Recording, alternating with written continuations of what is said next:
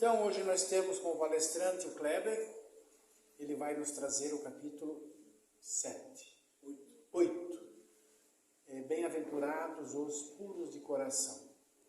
Então, meu irmão, tenha bondade.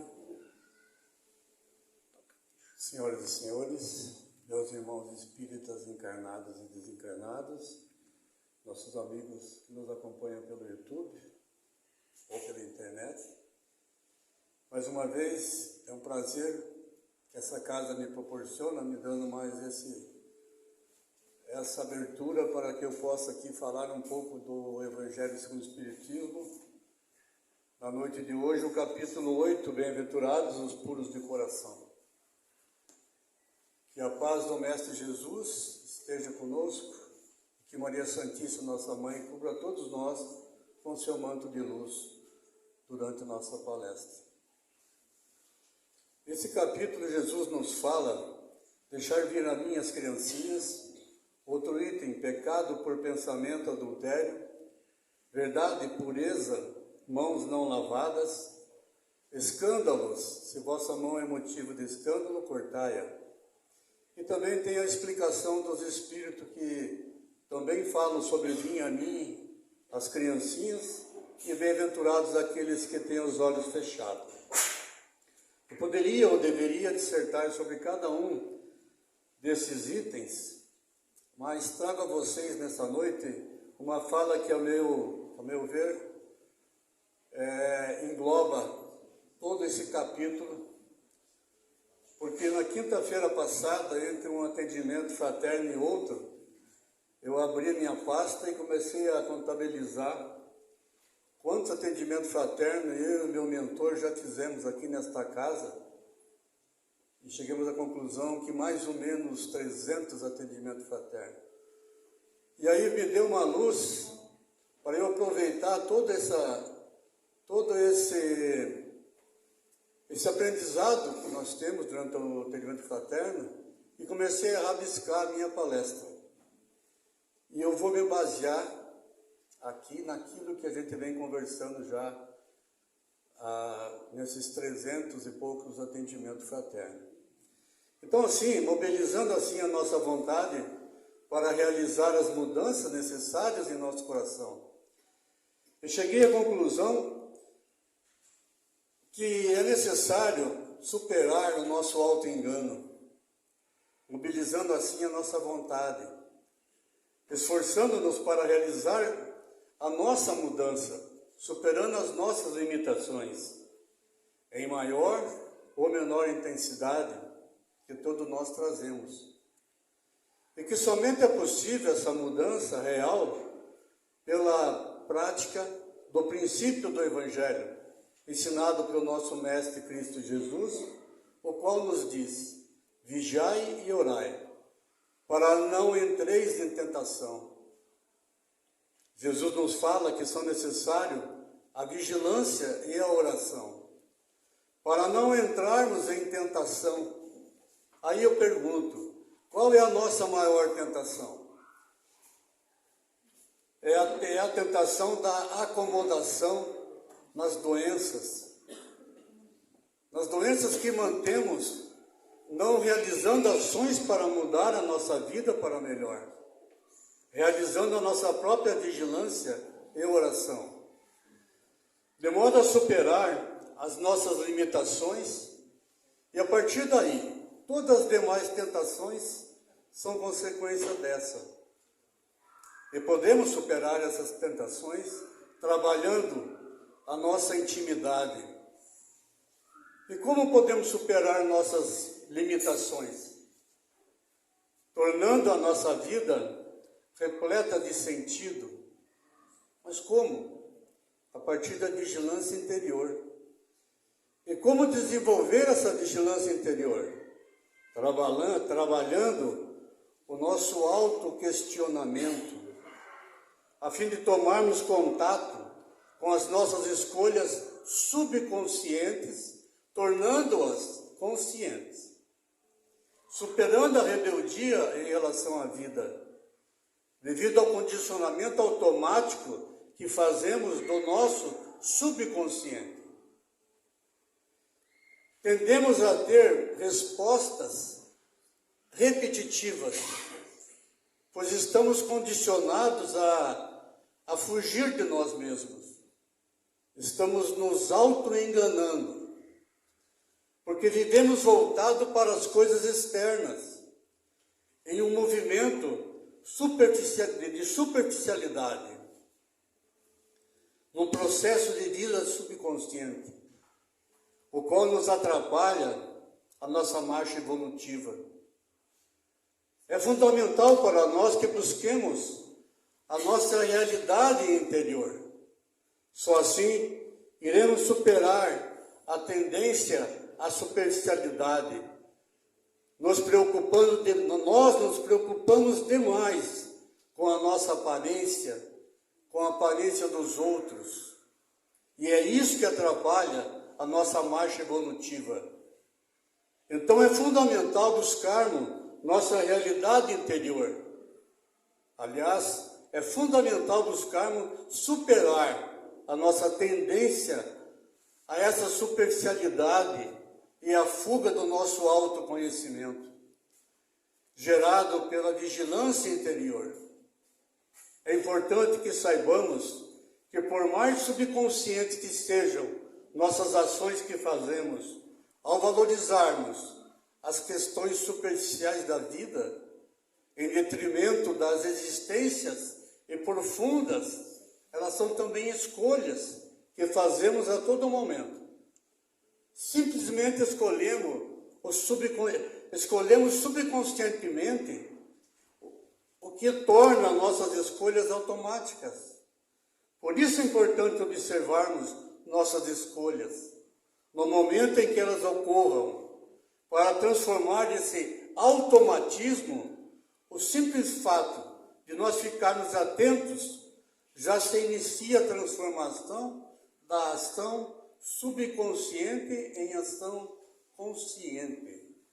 Essa vigilância que passamos a ter conosco para percebermos o que está ocorrendo vai nos auxiliar a transformar nossos pensamentos subconscientes, negativos, limitados, em pensamentos conscientes, positivos. Minha boca está muito seca. Desculpa, é que a minha boca ficou muito seca. Bem como as emoções negativas em emoções mais nobres. Então é necessário que façamos nosso autoquestionamento, a fim de podermos realizar escolhas conscientes. Então temos que ficar mais vigilantes para que possamos nos libertar assim das nossas limitações. Então podemos dizer que o autoquestionamento é a base do nosso autoconhecimento. Sendo assim, uma regra básica, pois, se eu quero captar com inteligência, se eu quero compreender, devo autoquestionar-me para tomar contato com o ser que eu sou. Aí vamos nos perguntar, o que eu quero para a minha vida? Viver de forma subconsciente? Em um processo de auto-engano? Ou consciente, buscando o meu aprimoramento constante? Depois de fazermos este autoquestionamento, vamos deixar que a resposta venha naturalmente. Contudo, essa resposta não deve ser de forma superficial, tipo sim, não, talvez. Tem que ser uma resposta em nível profundo, sem auto-engano. É normal nós dizermos que queremos mudar, mas não nos dispomos a pagar o preço para que realmente aconteça essa mudança. Portanto, não é válida uma resposta superficial, do tipo, queremos ser melhor, queremos ser felizes. Então, esse querer não pode ser do tipo da boca para fora, apenas com base no nosso desejo. Tem que ser do tipo da boca para dentro, aquele desejo que nos leve a uma ação. Agora, independente a resposta que vier, as próximas perguntas que deveremos fazer serão: quero viver de forma consciente, me tornando uma pessoa mais saudável ou não? Quero permanecer repetindo padrões doentios subconscientes ou quero mudar verdadeiramente? Devo também questionar: quais são as consequências da escolha que eu estou realizando neste momento? Essa escolha resultará em algo útil? Que me gere uma mudança para melhor? Bem como para as pessoas ao meu redor, dentro do princípio da lei de amor? Essas perguntas vão nos auxiliar a sermos mais verdadeiros conosco, pois nos remete a tomar consciência das nossas escolhas, de realmente estarmos dispostos a um processo de mudança ou não. Então, para isso, é fundamental a disposição de se libertar do auto-engano, pois de nada adianta dizer que queremos mudar, que queremos a mudança, e continuamos na inércia, sem ação. Porque tudo na vida são escolhas. Mesmo se não fizermos escolhas, será uma escolha. Algum de nós pode dizer: eu não escolhi sofrer.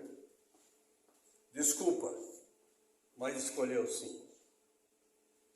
Pois deixou de realizar ações positivas diante da vida. E isso representa uma escolha. Pois permanecer na inércia, sem ação, o resultado só pode ser sofrimento, tristeza, ansiedade.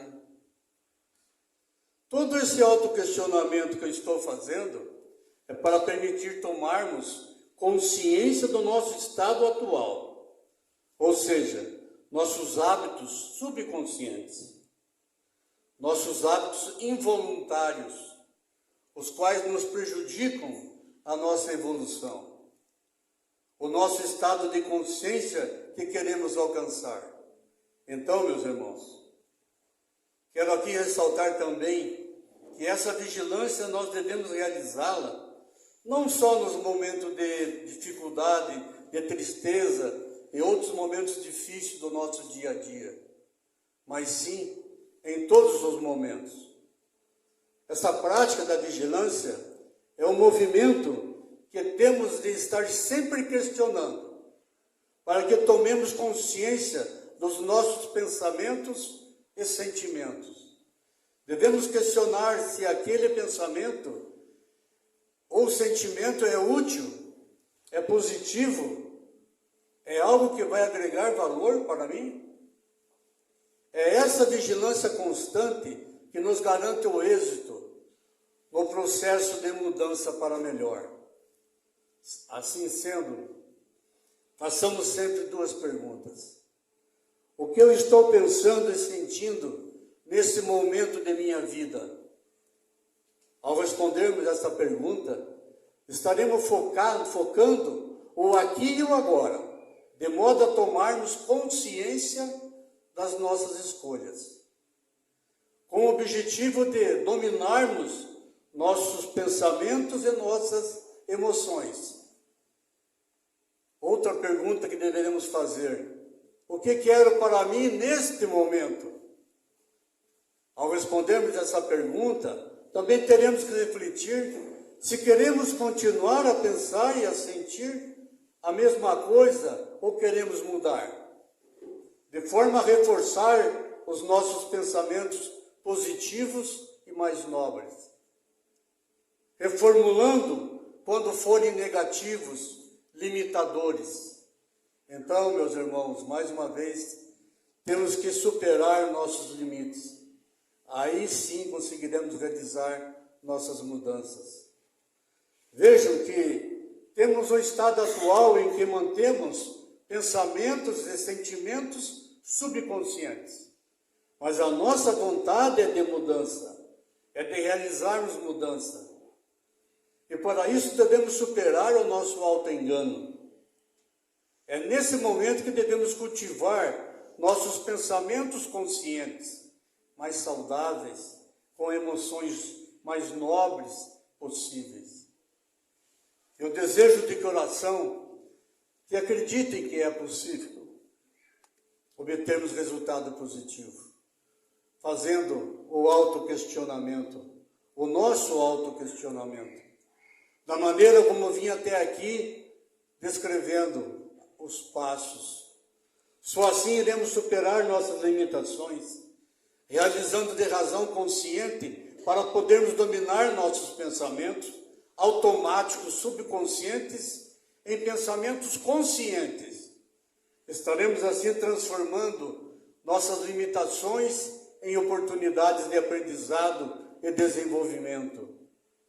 Vamos usar a razão para transformar, para controlar nossas emoções primárias, transformando-as em sentimentos nobres, que vai nos auxiliar a termos razão, em vez de bloquearem, do mesmo modo que as emoções primárias nos fazem. Esses são os objetivos principais da razão associada à vontade constante. Então posso dizer que todo o processo de mudança parte da razão da vigilância interior. Que o autoquestionamento proporciona, pois a razão é a faculdade mais nobre que possuímos. Então posso dizer novamente, a razão é a balizadora de todo o nosso processo de mudança. Agora, quando damos vazão às emoções primárias, tipo com raiva, com medo, com insegurança, com rebeldia, nossa razão fica bloqueada. Posso dar um exemplo. Quando estamos com ódio, não conseguimos refletir de forma racional. Aí acabamos agindo por impulso, com base em pensamentos subconscientes. Ficamos bloqueados dentro daquela emoção primária. Assim sendo, meus irmãos, é fundamental para nós que tomemos consciência, ou seja, eu quero verdadeiramente mudar. Se eu quero, eu posso, eu consigo, eu sou capaz, eu realizo, porque eu mereço todos esses benefícios que eu vou ter com essa minha mudança. E a partir desse momento definimos verdadeiramente que queremos essa mudança. Iremos agora entrar em outro movimento, que é o saber como mudar. O que devemos realizar para que essa mudança realmente aconteça? Porque essa mudança não acontece simplesmente pelo nosso desejo de mudar. Não, não é assim. Temos que dar o primeiro passo. Se faz necessário saber como mudar. Caso contrário, a mudança não acontece. Daí o porquê que é indispensável o exercício do autoconhecimento, para nos autoconhecer e, posteriormente, trabalhar o autodomínio e a autotransformação. Contudo, não basta saber como realizar. É necessário sentir que se deve realizar a mudança. Se não sentimos que devemos realizar o processo de mudança, vai acontecer o que ocorre com muitas pessoas, que têm um bom nível de autopercepção, porém não realizam ação alguma, mesmo sabendo que é o melhor a ser feito. Por quê? Porque ainda não sente no coração que devem realizar a mudança. A vigilância nos impulsiona ao fortalecimento do querer mudar, do buscar saber como mudar. Agora temos a principal que é a nossa oração. Pois a oração nos auxilia principalmente o sentir, porque é por meio da oração que entramos em comunhão com a nossa essência e em comunhão com Deus. Quando fazemos esse trabalho de autocomunhão, de comunhão com Deus, sentimos mais intensamente o quanto vale a pena mudar. A oração também fortalece o nosso querer, o nosso saber. Assim nos ajuda a termos maior vigilância. Percebemos o quanto vale a pena todo o nosso esforço em querer mudar. E nos tornamos mais conscientes. A oração é a nossa maior ferramenta para fortalecer a vontade de mudarmos, libertando-nos da tentação de utilizarmos processos com os quais estamos acostumados, agindo de forma subconsciente. A oração nos fortalece, nos estimula a nossa vontade de nos libertar definitivamente dos pensamentos subconscientes, de emoções primárias. Muitas das vezes as pessoas reclamam que não adianta orar, porque Deus não vai nos livrar das nossas dificuldades. A questão é que essas pessoas pedem para Deus para tirar os seus problemas, os quais nós mesmos criamos nossos problemas. E Deus não age dessa forma. Mas, contudo, Deus vai nos auxiliar. Ele vai fazer com que nós mobilizemos as energias que temos da nossa vontade, do nosso querer, para que nós nos libertemos por nossas próprias ações. Porque Deus só quer o nosso bem. E nós vamos por trilhas tortas, muitas vezes, devido ao nosso subconsciente. A nossa mudança acontece por meio de todos esses mecanismos, em um processo de aperfeiçoamento constante, vigiando e orando, para não entrarmos em tentação, de não mudarmos, de permanecer como estamos, sofrendo as consequências dessa postura subconsciente em relação à nossa vida.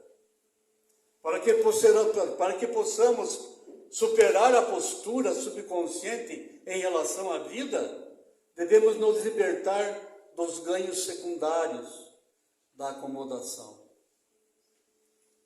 Para isso, vamos necessitar de 2 instrumentos: a motivação e a ação da vontade, para desenvolvermos a consciência fundamental para a nossa superação.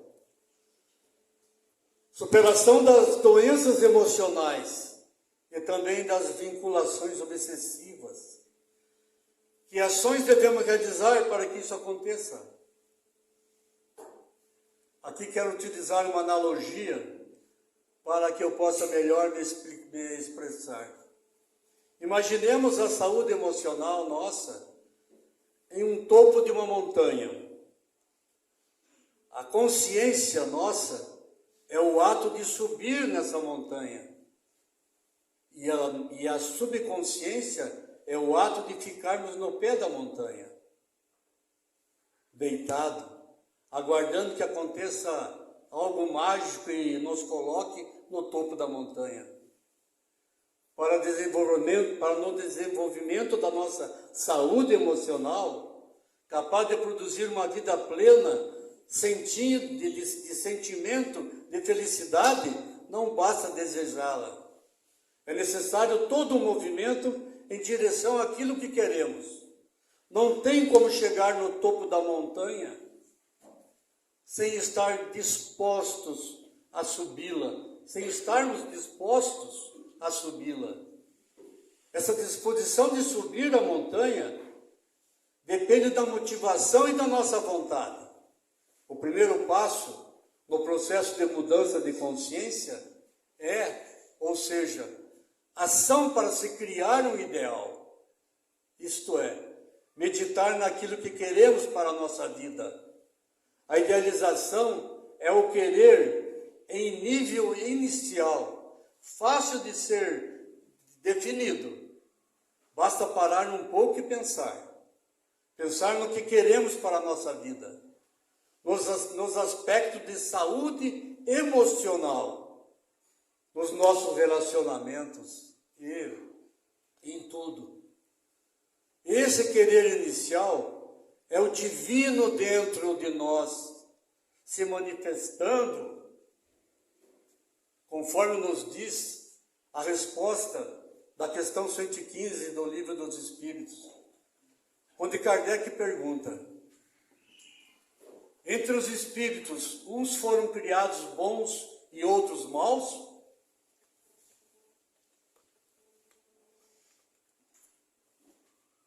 A resposta: Deus criou todos os espíritos simples e ignorantes, isto é, sem saber. A cada um deu determinada missão, com o fim de esclarecê-los e de fazer chegar progressivamente à perfeição pelo conhecimento da verdade, para aproximá-los de si.